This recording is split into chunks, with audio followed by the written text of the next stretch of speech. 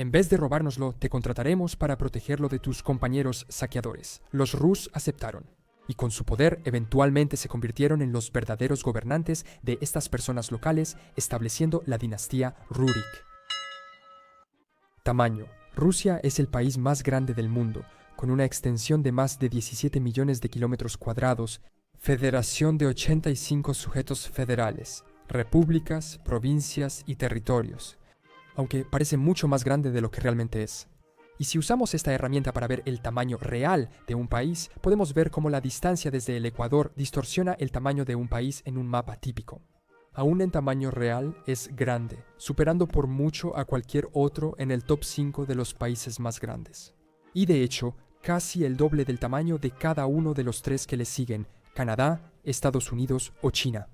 A menudo veía un mapa y me preguntaba cómo Rusia se volvió tan grande. En este video lo descubriremos. Debemos responder dos preguntas. Primero, ¿cómo lograron expandirse tanto? ¿Cuándo y cómo se expandieron por todo el territorio? Respondiendo a la primera pregunta, la respuesta tiene mucho que ver con la geografía. Hay tres factores que explican la facilidad con la que el Estado ruso se expandió.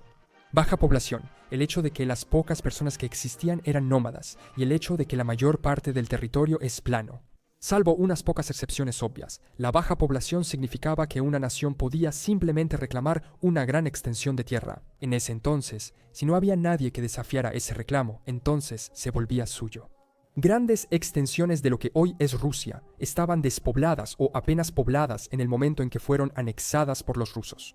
Así que todo lo que los rusos tenían que hacer era presentarse y decir: oigan, esto es nuestro ahora. No existían grandes asentamientos amurallados ni reyes con poderosos ejércitos que los rusos tuvieran que vencer para conquistar. No me malinterpretes, los rusos tenían enemigos al sur, en algunos casos al este, y guerras interminables con Europa al oeste. Sin embargo, su expansión por Siberia fue mayormente sencilla militarmente. Y para ayudar aún más a la causa expansionista, el territorio plano facilita y acelera los viajes, permitiendo una anexión aún más sencilla. Así que esa es la respuesta a la primera pregunta. Pasemos a la segunda pregunta, repasando brevemente la historia rusa y cómo anexaron las distintas partes que hoy conforman Rusia. Las raíces de Rusia están en la invasión de saqueadores escandinavos llamados Rus, de donde probablemente viene el nombre del país. Estos saqueadores llegaron a pueblos habitados por eslavos, quienes también comerciaban sus productos. Los Rus robaban y vendían los bienes de estas personas para su beneficio. Los habitantes, cansados, dijeron: mejor te contratamos para que lo protejas de tus compañeros saqueadores en vez de que nos lo robes. Y los Rus dijeron: está bien, y con su poder eventualmente se convirtieron en los verdaderos gobernantes de estas personas locales, estableciendo la dinastía Ryurik.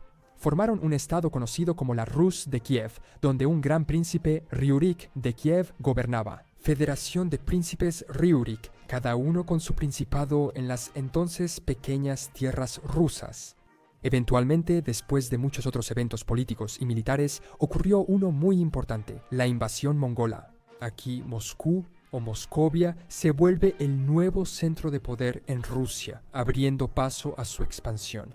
La invasión mongola sometió a todos los estados rusos a su dominio, por suerte o por habilidad política y diplomática. Moscovia obtuvo el privilegio de recaudar el tributo de otros estados rusos en el norte para entregarlo a los mongoles en el sur. Actuando como intermediarios, ganaron poder económico y atrajeron habitantes, pues era menos probable que los mongoles los atacaran. Moscovia aprovechó la caída del imperio mongol para unir algunos estados rusos, derrotar a los mongoles y conquistar parte de sus tierras, poniendo fin a la subordinación de los príncipes Rurik. Tras varias batallas y guerras, los mongoles fueron totalmente vencidos. La victoria de Iván III sobre la Gran Horda en 1480 es considerada la restauración de la independencia rusa, 240 años después de la conquista mongola de Kiev. Un estado ruso independiente, formado por varios principados y liderado por el Gran Príncipe de Moscú, comenzó a expandirse. La primera gran expansión del territorio de Moscú fue liderada por este gran príncipe, Iván III, también conocido como Iván el Grande, quien fue coronado en 1502 Iván colocó varios ducados rusos bajo control de Moscú, retirando títulos a los nobles. Luego fue a la guerra contra la República de Nóvgorod, que dominaba gran parte del norte de Rusia. Ganó y así Nóvgorod cedió gran parte de sus tierras a Moscú, aproximadamente 4/5 partes de su territorio total. Después de la muerte de Iván, su hijo Vasili III continuó con su política de expansión. Anexionó las últimas provincias autónomas al Gran Principado, capturó Smolensk de Polonia-Lituania en 1514 y expandió la influencia rusa por el río Volga. Un dato curioso es que fue el primer gran duque de Moscú que adoptó el título de zar y el uso del águila bicéfala bizantina. Después de Vasili vino otro Iván, pero este no era conocido como el Grande, sino como el Terrible. En 1547 fue proclamado emperador de toda Rusia y fundó el zarato con Moscú como estado principal, con una capital, si lo prefieres. De joven, Rusia conquistó los kanatos de Kazán y Astracán. Este último fue clave para dominar la ruta comercial del Volga. También perdió tierras como Livonia e Ingria en una guerra contra la Confederación Livona, Polonia, Lituania, Dinamarca y Suecia. Pero la expansión más importante durante el reinado de Iván el Terrible fue la que se dirigió hacia Siberia. En este momento, en la segunda mitad del siglo XVI, Rusia comenzó una exploración y colonización a gran escala de Siberia, un proceso que tardaría mucho en completarse. El hijo de Iván el Terrible, Fiódor, tenía poco interés en gobernar, y fue su cuñado Borís quien tenía el verdadero poder. Fiódor murió sin hijos, lo que llevó a la extinción de la dinastía Rurik, que había dirigido directamente al pueblo ruso desde el siglo XIII tras su llegada desde el norte. Borís, su regente, se volvió zar en 1598, siendo el primero fuera de la dinastía Rurik. La política de Borís fue pacífica. La única expansión en el oeste fue recuperar algunas ciudades suecas en 1595, pero sí tuvo un papel importante en la expansión de la población y el territorio de Rusia hacia el este. Levantó ciudades y fortalezas en las fronteras este y sur para contener a las tribus tártaras y finesas. Y colonizó Siberia con muchos nuevos asentamientos, además de conquistar el kanato local de Sibir. Su hijo y heredero, Fiódor II, gobernó solo de abril a junio de 1605 y no tuvo tiempo de dejar su nombre escrito. En la historia de la expansión de Rusia, él creó un mapa que aún se conserva y fue reeditado durante ese siglo. Puede que no haya contribuido a expandir el territorio ruso, pero sí contribuyó a representarlo, permitiéndonos hoy ver cómo era en aquel entonces. Y como podemos ver aquí, el control ruso ya era vasto en ese momento, pero aún no se extendía demasiado hacia el este. La muerte de Fiódor II marcó el inicio del tiempo de los problemas en Rusia, de 1605 a 1613, aunque en realidad podría decirse que comenzó con el fin de la dinastía Rurik en 1598, y esto es algo particularmente extraño de ese periodo. Tras la muerte de Fiódor, primero último zar, Rurik, su hermano Dmitri, el heredero, ya había fallecido, lo que permitió que el regente Borís asumiera el trono y provocó una gran crisis. Durante los disturbios surgieron varios falsos Dmitris, pretendiendo ser el heredero legítimo que supuestamente sobrevivió milagrosamente. Tenían derechos al trono, quien restauraría la dinastía Rurik y acabaría con los disturbios. Lo increíble es que funcionó. Por conveniencia o creencia, los nobles locales apoyaron a 4 falsos Dmitris, no solo a 1, 2 o 3. El primero fue zar un año, pero no profundicemos en esos detalles históricos. El tiempo de los problemas fue una crisis muy grave para Rusia, y así comprensiblemente no hubo expansión territorial durante este tiempo. De hecho, los únicos cambios fueron pérdidas de territorio como resultado de una guerra contra Polonia-Lituania, que conquistó Sevatia y reconquistó Smolensk.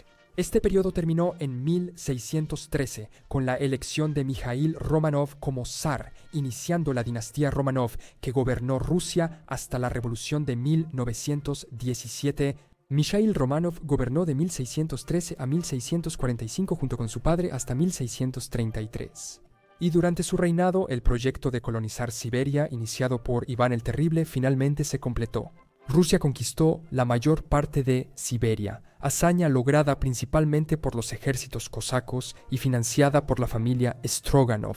Al final del reinado de Mijaíl llegaron al Océano Pacífico. Este fue, en términos de tamaño, el periodo de mayor expansión territorial en toda la historia de Rusia. Otra tarea territorial fue terminar los conflictos con Suecia y Polonia, iniciados en los tiempos turbulentos. Mediante los tratados de paz de Estopovo con Suecia y de Lino con Polonia, Rusia recuperó Novgorod y otras tierras perdidas en la guerra con Suecia, pero también renunció a todas las reclamaciones sobre Estonia y Livonia, perdiendo además parte de Karelia e Ingria a manos de los suecos. Con Polonia, los rusos aceptaron la anterior conquista de Smolensk. Y otro término de la paz fue el regreso del padre de Mijaíl, quien había sido tomado prisionero. El que acabamos de ver gobernó junto a él por un tiempo. Alexei sucedió a Mijaíl y, en su reinado, hubo nuevas guerras contra Suecia y Polonia. El tratado de paz con Suecia no implicó ningún cambio territorial, hasta donde pude averiguar. Todo lo que ocurrió fue que Rusia renunció a las ganancias territoriales que había obtenido durante la guerra. La paz con Polonia-Lituania en 1667 dio grandes ganancias territoriales a Rusia. En este mapa podemos ver esas áreas en verde oscuro. Notablemente, Smolensk volvió a cambiar de manos, siendo recuperada por el Saratov. Varias zonas de Ucrania, incluida Kiev, fueron tomadas. Iba a ser una transferencia temporal de 2 años, pero se volvió permanente 20 años después, cuando Rusia compró la ciudad por 146.000 rublos, y así la sede original del poder de la dinastía Rurik en Rusia fue recuperada, pero esta vez bajo el control de los nuevos zares Romanov. El hijo de Alexei, Fiódor III, solo logró una pequeña expansión al conquistar el Kanato de Kasim en 1681, y fue sucedido por sus 2 hijos, primero Iván V y especialmente Pedro I, conocido como Pedro el Grande. Los 2 hermanos gobernaron Rusia juntos desde 1682 hasta 1696, y luego, cuando Iván murió, Pedro comenzó a gobernar solo hasta 1725. Un desastre administrativo. Eran cosares, e Iván era el zar mayor, pero durante los primeros 7 años fue su hermana quien gobernó como regente. De todos modos, durante este reinado, que se atribuye principalmente a Pedro el Grande, ocurrieron algunas expansiones importantes. Pedro quería modernizar e industrializar Rusia, y sabía que una necesidad clave era mejorar el poder naval de Rusia. Y por eso fue a la guerra con los otomanos para obtener acceso al Mar Negro. En 1698 conquistó Azov, logrando acceso al mar y estableciendo influencia rusa en la región. Sin embargo, perdió estos unos años después. Después de haber establecido una base en el Mar Negro en el sur, ahora quería una base en el Mar Báltico en el norte, que en ese momento estaba controlado por Suecia, aunque esta vez contó con la ayuda de Dinamarca y Polonia-Lituania. Es curioso cómo estas naciones estaban constantemente en guerra entre sí y cambiando de bando y aliados todo el tiempo. En la Gran Guerra del Norte, los rusos conquistaron Ingria, Estonia, Livonia y parte de Karelia, lo que permitió fundar San Petersburgo en 1703, luego capital del Zarato de Rusia, rebautizado como Imperio Ruso por Pedro en 1721. En sus últimos años, Pedro el Grande adoptó el título adicional de Emperador de todas las Rusias, reforzando el carácter multinacional del imperio. Durante el reinado de Pedro también comenzó la expansión hacia Asia Central, aunque al principio con poco éxito. En 1717, una expedición militar intentó conquistar el Kanato de Khiva, pero fue completamente derrotada y destruida. Pero sí lograron expandirse hacia el sur, aunque solo de manera temporal. El imperio safávida persa en el sur estaba en decadencia. Por eso Pedro inició la guerra ruso-persa en 1722, marcando la influencia rusa en el Cáucaso y el Mar Caspio. Los safávidas cedieron territorios a Rusia, pero 12 años después los persas los recuperaron. Pedro fue sucedido por su esposa, Catalina I, quien no expandió mucho el territorio de Rusia. Sin embargo, ella fue la primera mujer en gobernar la Rusia imperial, abriendo el camino para otras gobernantes en el futuro, como Catalina la Grande. Tras la muerte de Catalina, primero la sucedieron Pedro II y Ana, quien devolvió territorios a los persas en el Cáucaso, pero luego los recuperó. Azov de los otomanos, Iván VI Isabel, quien conquistó Karelia suroeste de los suecos, y luego Pedro III, pero estos se enfocaron más en el desarrollo interno y en participar en la vida política y militar de Europa, en lugar de continuar la expansión rusa, lo cual es algo comprensible. Ya se había conquistado tanto territorio que era esencial estabilizarlo y atender otros asuntos antes de buscar nuevas conquistas. El siguiente periodo de cambios significativos llegó en 1762 con Catalina II, conocida como Catalina la Grande, un periodo de gigantesca expansión territorial. Durante su reinado, expandió el Imperio ruso en unos 520.000 kilómetros cuadrados, anexando el sur de Ucrania, Crimea, el Cáucaso Norte, la orilla derecha de Ucrania, Bielorrusia, Lituania y Karolín. Después de guerras y victorias subsecuentes contra el Imperio Otomano, Persia y la mancomunidad polaco-lituana, Polonia-Lituania colapsó durante su reinado. Y así, todo el territorio de la mancomunidad fue dividido entre Rusia, Austria y Prusia. Como vemos en este mapa, Rusia tomó la parte oriental y más grande del territorio. En el lejano oriente, los rusos comenzaron a cazar pieles en Kamchatka y las Islas Kuriles, facilitando su expansión a esas regiones. Y también comenzó una rivalidad con China, ya que ambos imperios querían expandirse hacia Asia Central. El compromiso de Catalina la Grande con la expansión era tan fuerte que dijo: «No moriré hasta lograrlo». Expulsó a los turcos de Europa, derrotó el orgullo de China y abrió el comercio con la India. Un conjunto de objetivos que no cumplió, a pesar de sus otros grandes logros. Su hijo, Pablo I, sin embargo, se opuso a las políticas de Catalina y prefirió seguir un camino diplomático más pacífico. La única expansión que Rusia vio durante su reinado fue cuando Persia cedió oficialmente parte de Georgia en 1813.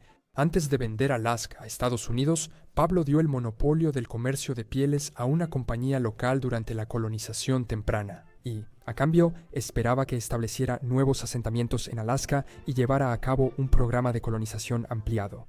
Esto fue en 1799.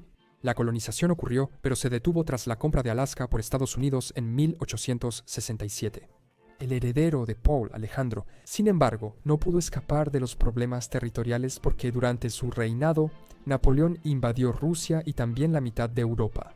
Además de rechazar la invasión de Napoleón, durante el reinado de Alejandro, entre 1801 y 1825, se anexaron varios territorios adicionales: Georgia Oriental, el Gran Ducado de Finlandia, Georgia Occidental, Besarabia, Moldavia, el Ducado de Arsau, Georgia, Dagestán, Azerbaiyán del Norte y Armenia del Norte. Nicolás I conquistó el resto de Azerbaiyán y Armenia en 1828. Estas y las conquistas previas resultaron de nuevas guerras contra Persia, Finlandia y los otomanos. Durante el reinado de Alejandro II hubo varias expansiones territoriales. China cedió tierras al norte del río Amur y al este del río Ussuri como consecuencia de su derrota en la Segunda Guerra del Opio en 1860. Esto consolidó el control ruso sobre parte de Manchuria. La conquista de Kazajistán, iniciada en 1730, concluyó en 1863 y en 1866 conquistaron Uzbekistán, confirmando este reinado como un periodo de gran expansión hacia Asia Central. El norte de Turkmenistán también fue tomado, derrotando al Janato de Khiva y vengando la derrota total. Ya habían sufrido antes, igual que Kirguistán y el oeste de Tayikistán con la anexión del Janato de Kokand en 1876. En el lejano oriente, Sajalín fue tomado en un acuerdo fronterizo con Japón. Y otra guerra contra los turcos en 1878 resultó en la anexión de los oblasts de Kars y Batum. Alejandro III finalizó la conquista de Asia Central al vencer a los turcomanos en 1885 y tomar el sur de Turkmenistán, explorando la meseta de Pamir, escasamente poblada y equivalente al actual este de Tayikistán. El último gran cambio territorial del Imperio ruso ocurrió bajo el zar Nicolás II, quien perdió el sur de Sajalín ante Japón en la Guerra Ruso-Japonesa de 1905. Durante su reinado tuvo lugar la Revolución de 1917. La dinastía Románov tuvo el mismo destino que los Ruríkidas, aunque por distintas vías, y desapareció. El Imperio ruso desapareció, lo que causó varias pérdidas territoriales. Tras la Revolución, Polonia y Finlandia se independizaron. Durante el conflicto interno ruso de 1917 a 1922, el control efectivo de Rusia cambió mucho, y varios territorios lograron independencia temporal hasta 1920 antes de reincorporarse a los soviéticos. El gobierno revolucionario recuperó la mayoría de las tierras euroasiáticas del antiguo Imperio ruso. En 1922 se unió a Bielorrusia, Transcaucasia y Ucrania como las 4 repúblicas que formaron la Unión Soviética. Al terminar la Segunda Guerra Mundial, la Unión también anexó otros territorios. La disolución de la Unión de Repúblicas Socialistas Soviéticas llevó a la creación de estados independientes post-soviéticos. con los rusos declarando su propia independencia en diciembre de 1991 y cambiando su nombre a Federación Rusa, quedando reducidos al territorio que tienen hoy en día. En el siglo XXI, algunos otros conflictos han llevado a un aumento del control territorial ruso en el Cáucaso y en Crimea. Ese fue un breve resumen de cómo Rusia se volvió tan grande. Repasando la historia de Rusia desde la llegada de los príncipes Rurik desde Escandinavia hasta la actualidad, pasando por la Federación de Principados de la Rus de Kiev hasta las invasiones mongolas, el regreso de la soberanía rusa a través del Gran Ducado de Moscú, las interminables guerras con Suecia, Polonia, Lituania y los otomanos, la colonización de Siberia, la conquista de Asia Central, los kanatos e incluso la colonia temporal en Alaska. La pérdida territorial tras la Revolución de 1917, su recuperación y expansión con la Unión Soviética y la posterior pérdida tras la disolución de la Unión de Repúblicas Socialistas Soviéticas hasta hoy. Podemos entender que la expansión territorial rusa fue un proceso lento de siglos. Aunque solemos vincular conquistas finales con fechas y gobernantes, muchas fueron el resultado de procesos de anexión y conquista que tomaron siglos. A través de muchos intentos y guerras, especialmente en el Cáucaso, Asia Central y Siberia, o los numerosos territorios que disputaban frecuentemente con Polonia, Suecia, Persia u otomanos. ¿Me perdí de alguna parte importante de la expansión territorial de Rusia o de alguna otra información importante sobre esto? Háganmelo saber en los comentarios. Muchas gracias por ver este video. No olviden suscribirse para ver los próximos y apoyarme en Patreon, si quieren acceso a contenido extra y una mirada detrás de cámaras. Hasta la próxima para más conocimiento general.